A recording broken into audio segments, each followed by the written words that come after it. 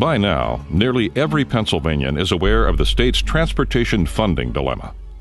As we begin a new legislative session, it appears that the Corbett administration and the General Assembly are prepared to address this important issue. How did this problem occur? How large is the funding gap? What's the solution? How much will this cost the typical motorist? What will Pennsylvanians receive in return? Who's behind a solution? And how can we keep this from happening again? Well, over the next 20 minutes, we'll answer those questions and more. The information you're about to hear was compiled by Associated Pennsylvania Constructors, the trade association for the state's highway construction industry. And while the industry certainly has an economic interest in this issue, we hope you'll see why a transportation funding solution is important to all Pennsylvanians.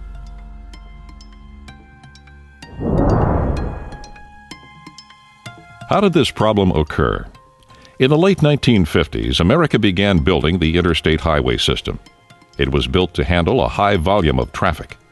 But over the years, traffic volumes continued to increase. And as the highway system began to age, it began to require more maintenance as well as additional capacity. The situation isn't unique to Pennsylvania. For decades, people have been able to take the highway system for granted.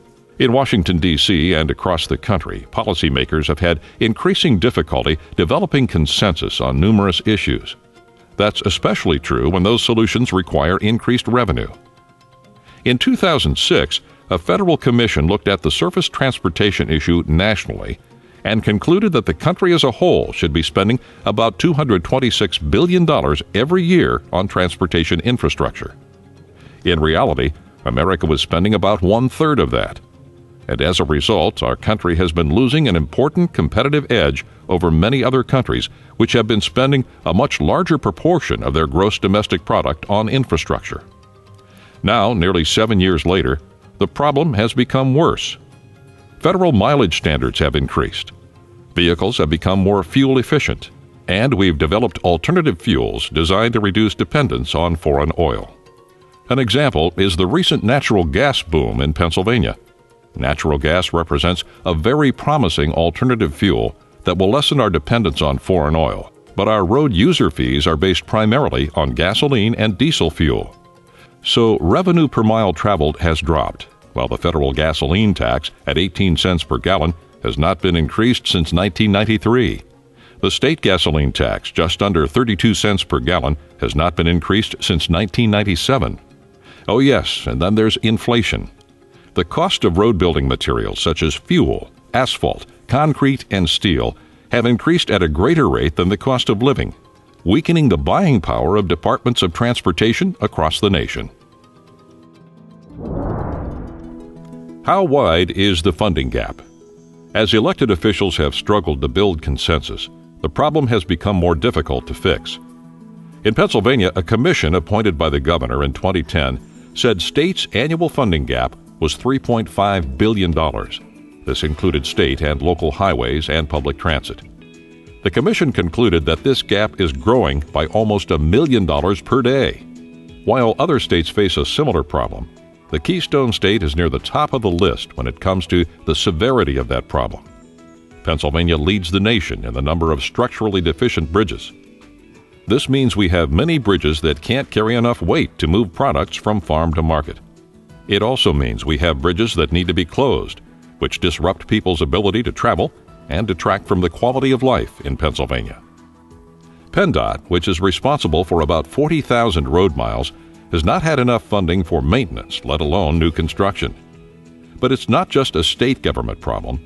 Municipalities are responsible for 77,000 miles of roads, almost twice more than PennDOT.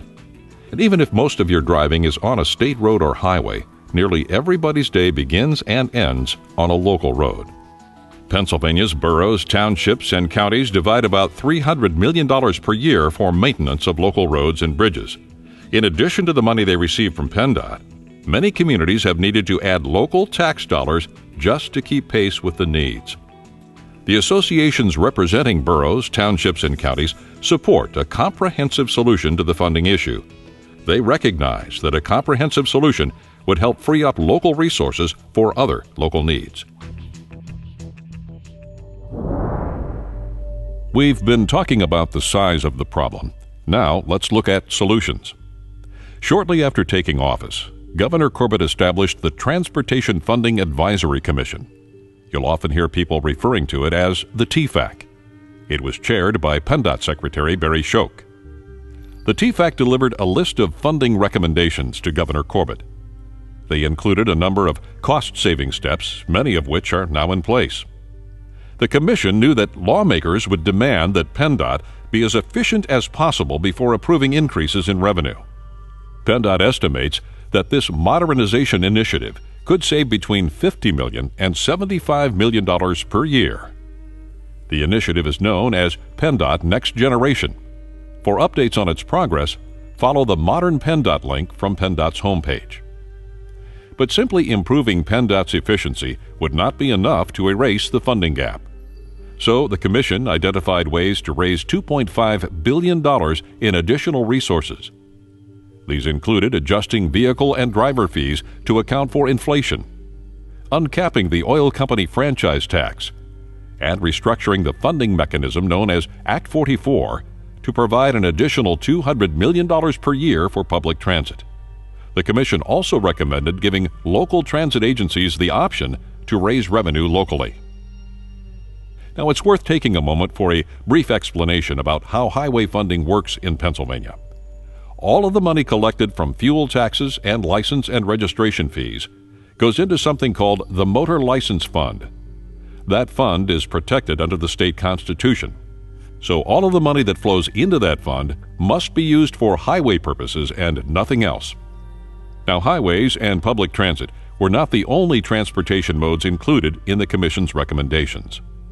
The recommendations also included creation of a new intermodal transportation fund, which would allocate resources to other important surface transportation modes, including aviation, freight and passenger rail, ports and waterways, and bicyclists and pedestrians.